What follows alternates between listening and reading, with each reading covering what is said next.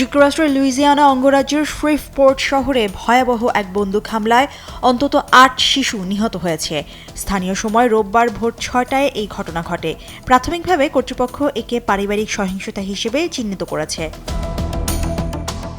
Police জানিয়েছে, হামলাকারী ৩১ বছর বয়সী এক ব্যক্তি। নিহত ৮ শিশুর মধ্যে ৭ জনেরই পিতা তিনি। শ্রিভপোর্ট পুলিশের মুখপাত্র জানিয়েছেন, নিহতদের বয়স ১ থেকে ১৫ বছরের মধ্যে। বন্দুকধারী নিজের বাড়ি ছাড়াও প্রতিবেশীর বাড়িতেও বন্দুক হামলা করেছে বলে জানিয়েছে পুলিশ।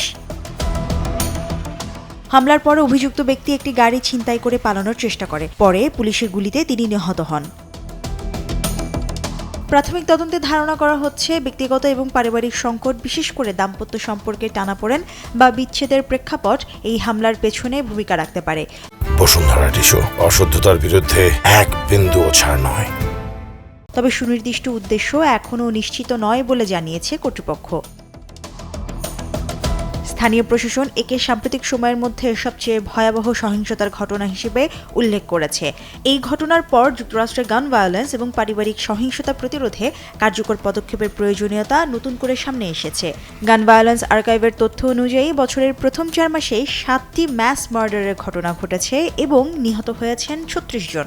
Mushrifa নুসাত, Daily Sun.